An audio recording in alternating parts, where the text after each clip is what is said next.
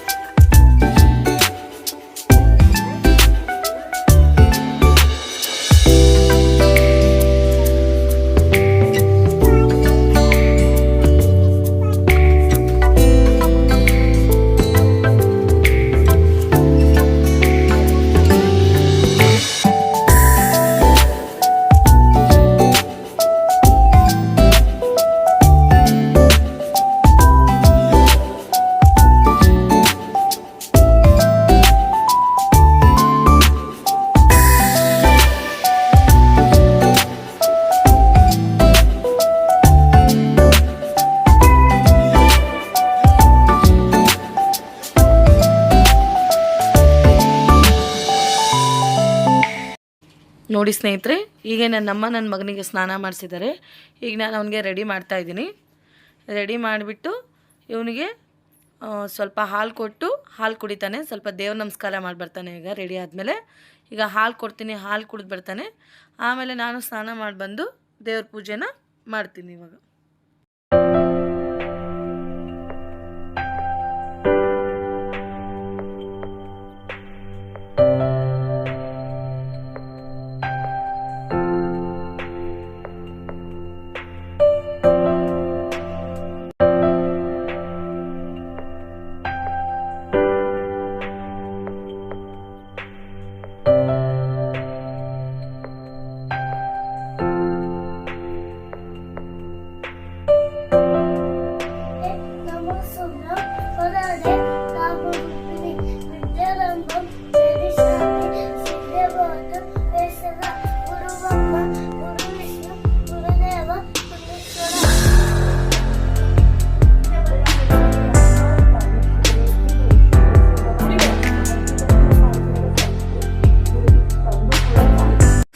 ಸ್ನಾನ ಮಾಡಿ ಪೂಜೆ ಮಾಡಿದ್ದೀನಿ.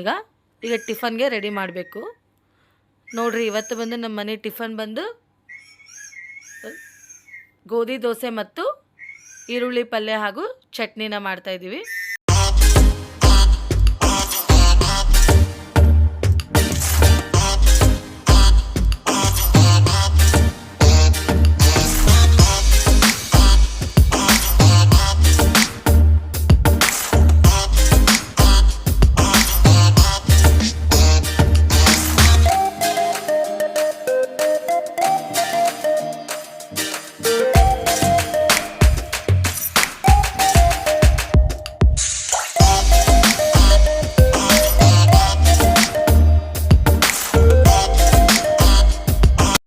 ಈಗ ನಾನು ದೋಸೆ ಹಾಕಿ, ಇದು ಬಂದು ಗೋಧಿ ದೋಸೆ ನಾವು ಮಾಡಿರೋದು ಇವತ್ತು. ಗೋಧಿ ದೋಸೆ ಏನಿಲ್ಲ, ಜಸ್ಟ್ ಇನ್ಸ್ಟೆಂಟಾಗಿ ನಾವು ಮಾಡ್ಬೋದು. ಗೋಧಿ ಹಿಟ್ಟು, ಮೈದೆ ಹಿಟ್ಟು ಮತ್ತು ಹೋಳ್ಗೆ ರವೆ, ಉಪ್ಪು, ಒಂದು ಸ್ವಲ್ಪ ಸಕ್ಕರೆ, ಸ್ವಲ್ಪ ಜೀರಿಗೆ ಹಾಕಿಬಿಟ್ಟು ಚೆನ್ನಾಗಿ ನೀರು ಹಾಕಿ ದೋಸೆ ಹಿಟ್ಟಿನ ಅದೇ ಥರ ಮಾಡಿಕೊಂಡು ಒಂದು 5 ನಿಮಿಷ ಬಿಟ್ಟು ನಾವು ಈ ಒಂದು ದೋಸೆ ಪ್ಯಾನ್ ಮೇಲೆ ಹಾಕಿದರೆ ಚೆನ್ನಾಗಿ ದೋಸೆ ಬರುತ್ತೆ. ಅಂದರೆ ಈ ದೋಸೆ ಬಂದು ಮಿದುವಾಗಿರುತ್ತೆ, ಗರಿ ಗರಿಯಾಗಿ ಬರಲ್ಲ. ಸೊ ಇದು ನಾವು ಇನ್ಸ್ಟೆಂಟಾಗಿ ಮಾಡೋಂಥ ದೋಸೆ. ಈ ದೋಸೆ ಬಂದು ನಮ್ಮ ಮನೆಗೆ ಎಲ್ಲರಿಗೂ ಇಷ್ಟ. ಹಾಗಾಗಿ ನಾವು ಗೋಧಿ ದೋಸೆ ಸ್ವಲ್ಪ ಜಾಸ್ತಿನೇ ಮಾಡ್ತೀವಿ. ನೋಡಿ ಫ್ರೆಂಡ್ಸ್ ಯಾವ ರೀತಿ ಬರುತ್ತೆ, ತುಂಬ ಅಂದರೆ ತುಂಬ ಟೇಸ್ಟಿಯಾಗಿರುತ್ತೆ. ಇದಕ್ಕೆ ಬಂದು ಈರುಳ್ಳಿ ಪಲ್ಯ ಮತ್ತು ಚಟ್ನಿ ಮಾಡಿದ್ದೀನಿ ನಾನು. ಸೊ ಈಗ ನಾನು ನನ್ನ ಮಗನಿಗೆ, ನಮ್ಮ ಅಜ್ಜಿಗೆ ಹಾಕ್ಕೊಡ್ತೀನಿ. ಇದಕ್ಕೆ ನೋಡಿ, ಇದರಲ್ಲಿ ನಾನು ಚಟ್ನಿ ಮತ್ತು ಈರುಳ್ಳಿ ಪಲ್ಯ ಮಾಡಿದ್ದೀನಿ. ನೋಡಿ ದೋಸೆ ಚೆನ್ನಾಗಿ ಬೆಂದಿದೆ. ನೀವು ಅದನ್ನು ಕಷ್ಟಪಡೋ ಅವಶ್ಯಕತೆ ಇಲ್ಲ, ಅದು ಚೆನ್ನಾಗಿ ಬೆಂದಮೇಲೆ ತನ್ನೆತಿಗೆ ತಾನೇ ಎದ್ದೇಳುತ್ತೆ. ಸೊ ಈ ಸೈಡ್ ಹಾಲು ಕಾಯ್ತಾ ಇದೆ. ಈಗ ದೋಸೆ ಕೂಡ ರೆಡಿಯಾಗಿದೆ. ಈಗ ನನ್ನ ಮಗನಿಗೆ ಮತ್ತು ನಮ್ಮಮ್ಮಗೆ, ನಮ್ಮ ಅಜ್ಜಿಗೆ ಈಗ ದೋಸೆನ ಹಾಕ್ಕೊಡ್ತಾ ಇದ್ದೀನಿ.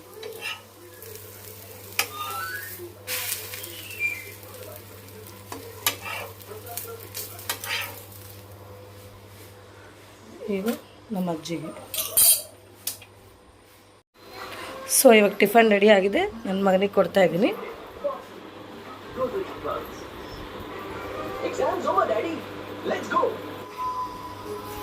ನಮ್ಮ ಅಜ್ಜಿಗೂ ಕೊಡ್ತಾ ಇದ್ದೀನಿ ಟಿಫನ್ನು.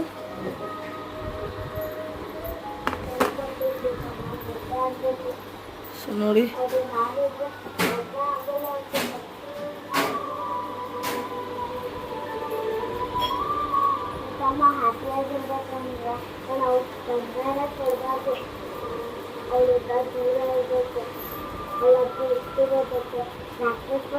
ಕೈ ಊರ್ಬಾರ್ದು ಅದಿ.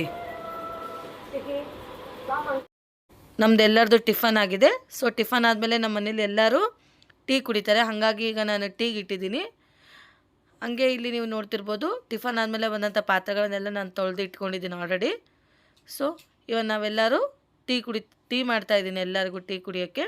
ಟೀ ಆದರೆ ನಮ್ಮದು ಒಂದು ಮಾರ್ನಿಂಗಿಂದ ಟಿಫನಿಂದ ಹಿಡಿದು ಪ್ರತಿಯೊಂದು ಕೆಲಸನೂ ಕಂಪ್ಲೀಟ್ ಆಗಿದೆ. ಇನ್ನು ಮಧ್ಯಾಹ್ನದ ಅಡುಗೆ ರೆಸಿಪಿನ ನಾನು ಆಮೇಲೆ ಸ್ಟಾರ್ಟ್ ಮಾಡ್ಕೋತೀನಿ.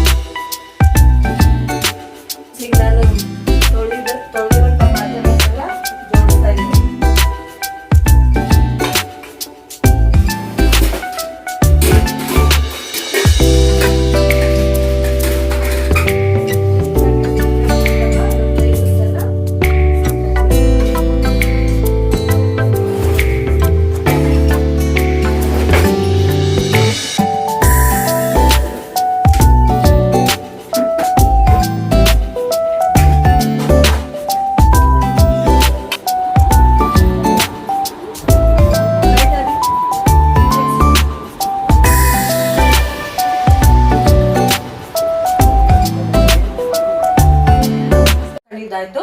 ಈಗ ನಾನು ಇಲ್ಲಿ ಸಾಯಂಕಾಲ ಆಗಿರೋದ್ರಿಂದ ನಾವು ಸಾಯಂಕಾಲ ಯಾವಾಗಲೂ ಡೈಲಿ ನಾವು ಟೀ ಕುಡಿತೀವಿ.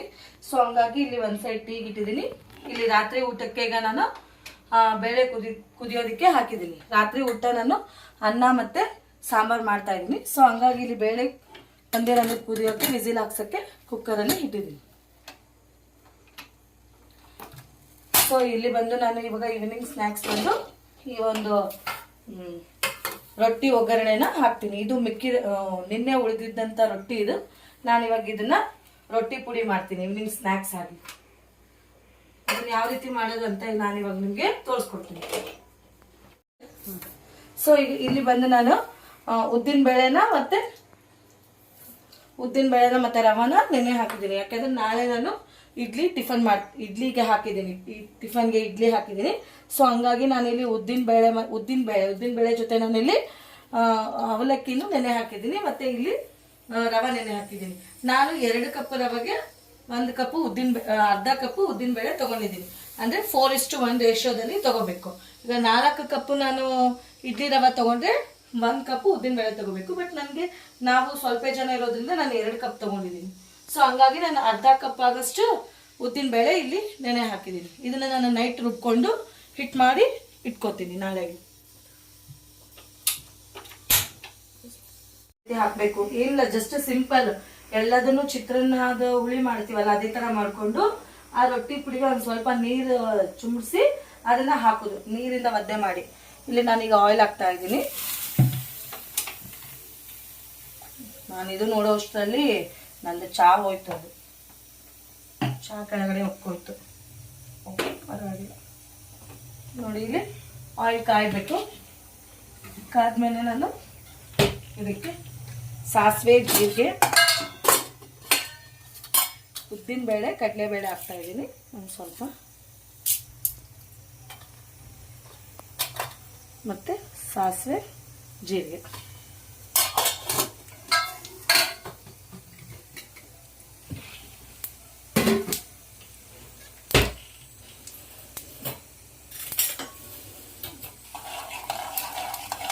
ಇದು ಚೆನ್ನಾಗಿ ಎದ್ದಾಗಬೇಕು.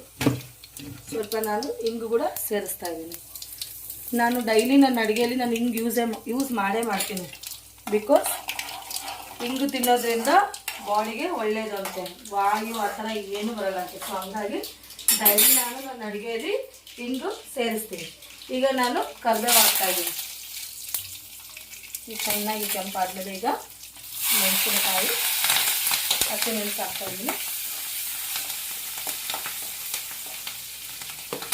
ಆಮೇಲೆ ಆನಿಯನ್ ಹಾಕ್ತಾ ಇದ್ದೀನಿ.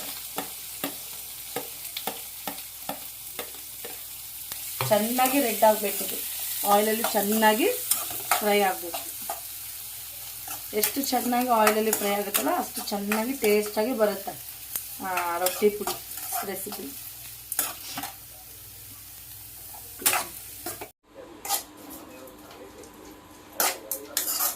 ಸೊ ಇದು ಚೆನ್ನಾಗಿ ಫ್ರೈ ಆಗಬೇಕಿತ್ತು ಆಯಿಲಲ್ಲೇ ಆನಿಯನ್. ನೆಕ್ಸ್ಟ್ ನಾನು ಇದಕ್ಕೆ ಸ್ವಲ್ಪ ಅರಿಶಿನ ಹಾಕ್ತೀನಿ.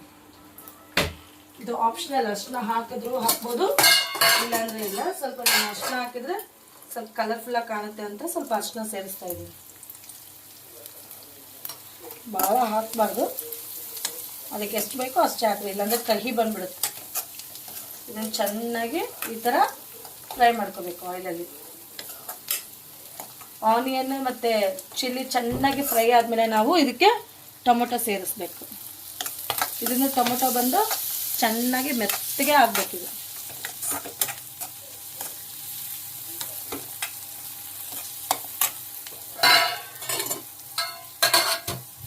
ನೋಡ್ರಿ, ಇಲ್ಲಿ ನಾನು ಇದನ್ನ ರೊಟ್ಟಿನ ಚೆನ್ನಾಗಿ ಈ ಥರ ಮಿಕ್ಸಿಲಿ ಇದು ಗ್ರೈಂಡ್ ಮಾಡ್ಕೊಂಡಿದ್ದೀನಿ. ಈ ಥರ ಪುಡಿ ಮಾಡ್ಕೊಂಡಿದ್ದೀನಿ. ಇದಕ್ಕೆ ಒಂದು ಸ್ವಲ್ಪ ನೀರಿಂದ ಈ ಥರ ಇದಕ್ಕೆ ನೀರಿಂದ ಸ್ವಲ್ಪ ಹಸಿ ಮಾಡಬೇಕು. ಹಸಿ ಮಾಡಿ ಒಂದು 5 ನಿಮಿಷ ಈ ಥರ ಹಸಿ ಮಾಡಿ ಇಡಬೇಕು. ನೋಡಿರಿ, ಈ ಥರ ನೀವು ಮಾಡ್ಕೊಂಡು ತಿಂದು ಏನಾದರೂ ಉಳಿದಿದ್ದ ಐಟಮ್ ಇದ್ರೆ ಭಾಳ ಅಂದರೆ ಭಾಳ ಟೇಸ್ಟಿಯಾಗಿ ಆಗುತ್ತೆ ಇದು. ಇದನ್ನ ನೀವು ಮಿಕ್ಕಿರೋಂಥ ರೊಟ್ಟಿಯಿಂದನೂ ಮಾಡ್ಕೋಬೋದು, ಮಿಕ್ಕಿರೋಂಥ ಗೋಧಿ ಚಪಾತಿ ಬರುತ್ತಲ್ವಾ ಅದರಿಂದನೂ ಮಾಡ್ಕೋಬೋದು. ಸೊ ಇಲ್ಲಿ ನೋಡ್ರಿ, ನಾನು ತಗೊಂಡಿರೋ ರೊಟ್ಟಿ ಪುಡಿ ಬಂದು ಕ್ವಾಂಟಿಟಿ ಜಾಸ್ತಿ ಇದೆ. ಈಗ ನನಗೆ ಹುಳಿ ಕಡಿಮೆ ಇದೆ. ಸೊ ನಾನು ಬೆಳಿಗ್ಗೆ ಟಿಫನ್ ಮಾಡಿದ್ನಲ್ವಾ, ಆನಿಯನ್ ಇದ್ರದ್ದು ಮಾಡಿದ್ನಲ್ವಾ ಫ್ರೈ. ಸೊ ಇದನ್ನು ಇದಕ್ಕೆ ಮಿಕ್ಕಿರೋದನ್ನ ಇದಕ್ಕೆ ಸೇರಿಸ್ತಾ ಇದ್ದೀನಿ. ಸೊ ಇದು ಒಂದು ಬೇಸಿಕ್ ಟಿಪ್ ನಿಮಗೆ ಅಡುಗೆ ಮನೆಯಲ್ಲಿ. ಯಾಕಂದರೆ ಯಾವುದು ಮಿಕ್ಕಿರುತ್ತಲ್ವಾ ಎರಡನ್ನೂ ಸೇರಿಸಿ ಈ ರೀತಿಯಾಗಿ ಏನಾದರೂ ನಾವು ಮಾಡ್ಬೋದು ಟೇಸ್ಟಿಯಾಗಿ. ಅದಕ್ಕೆ ಸಪ್ರೇಟಾಗಿ ಇದಕ್ಕೆ ಸಪ್ರೇಟಾಗಿ ಅಂತ ಏನೂ ಇಲ್ಲ. ಸೊ ನಾನು ಬೆಳಿಗ್ಗೆ ಮಿಕ್ಕಿತ್ತಲ್ವಾ ಆನಿಯನ್ ಪಲ್ಯನ, ಅದನ್ನು ಇಲ್ಲಿ ಇದಕ್ಕೆ ಹಾಕಿಬಿಟ್ಟು ಚೆನ್ನಾಗಿ ಫ್ರೈ ಮಾಡ್ತೀನಿ. ಸೊ ಇವಾಗ ಏನಾಗುತ್ತೆ, ಇದು ಕ್ವಾಂಟಿಟಿ ಹುಳಿ ಕ್ವಾಂಟಿಟಿನೂ ಜಾಸ್ತಿ ಆಯಿತು. ಯಾಕಂದರೆ ಇಲ್ಲಿ ನನಗೆ ರೊಟ್ಟಿ ಪುಡಿ ಭಾಳ ಜಾಸ್ತಿ ಇತ್ತಲ್ವಾ, ಹುಳಿ ಕ್ವಾಂಟಿಟಿ ಕಡಿಮೆ ಇತ್ತು. ಹಂಗಾಗಿ ನಾನು ಬೆಳಿಗ್ಗೆ ಮಿಕ್ಕಿದಂಥ ಒಂದು ಆನಿಯನ್ದು ಪಲ್ಯನ ಇದಕ್ಕೆ ಹಾಕಿ ಫ್ರೈ ಮಾಡ್ತೀನಿ.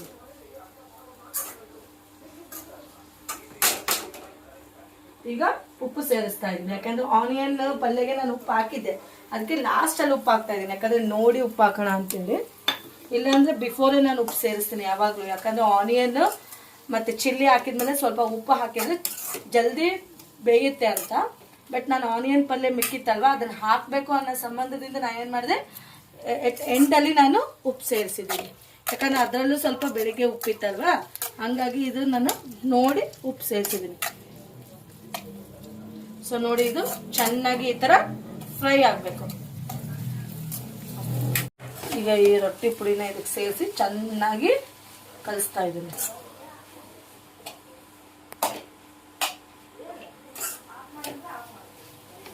ಚೆನ್ನಾಗಿ ಈ ಥರ ಎಲ್ಲದಕ್ಕೂ ಹೊಂದ್ಕೋಬೇಕು. ಆ ಥರ ಚೆನ್ನಾಗಿ ಇದನ್ನು ಸ್ಪೂನಿಂದ ಈ ಥರ ಕಲಿಡಬೇಕು. ಇದಕ್ಕೆ ನೀವು ಬೇಕಂದರೆ ನಿಂಬೆ ರಸನ ಮತ್ತೆ ಹಾಕ್ಬೋದು, ಇನ್ನು ಹುಳಿ ತಿನ್ನೋರು. ಸೊ ನಮಗೆ ಸಾಕು, ನಾವು ಹುಳಿ ಜಾಸ್ತಿ ತಿನ್ನಲ್ಲ ನಮ್ಮ ಮನೇಲಿ. ಸೊ ಹಂಗಾಗಿ ನಾನು ಟೊಮೊಟೊನೇ ನನಗೆ ಸಾಕು. ಸೊ ಚೆನ್ನಾಗಿ ಈ ಥರ ಮಿಕ್ಸ್ ಮಾಡ್ಕೋಬೇಕು. ಸ್ಪೂನನ್ನು ಚೆನ್ನಾಗಿ ಮಿಕ್ಸ್ ಮಾಡಿಕೊಂಡು ಈ ಟೆಂಡಲ್ಲಿ ನಾನು ಕೊತ್ತಂಬರಿ ಸೊಪ್ಪನ್ನ ಸೇರಿಸ್ತಾ ಇದ್ದೀನಿ. ಸೊ ನೋಡಿರಿ, ಎಷ್ಟು ಟೇಸ್ಟಿಯಾಗಿರೋಂಥ ಒಂದು ರೊಟ್ಟಿ ಪುಡಿ ನಮಗೆ ರೆಡಿ ಆಯಿತು. ಸೊ ಏನಿಲ್ಲ, ಇದನ್ನ ಸರ್ವ್ ಮಾಡಿಕೊಂಡು ತಿನ್ನೋದು. ಸ್ನೇಹಿತರೆ, ರೊಟ್ಟಿ ಪುಡಿನ ಹೇಗೆ ಮಾಡಬೇಕು ಅಂತೇಳಿ ಇಷ್ಟಕ್ಕೆ ನಾನು ವಿಡಿಯೋನ ಎಂಡ್ ಮಾಡ್ತಿದ್ದೀನಿ.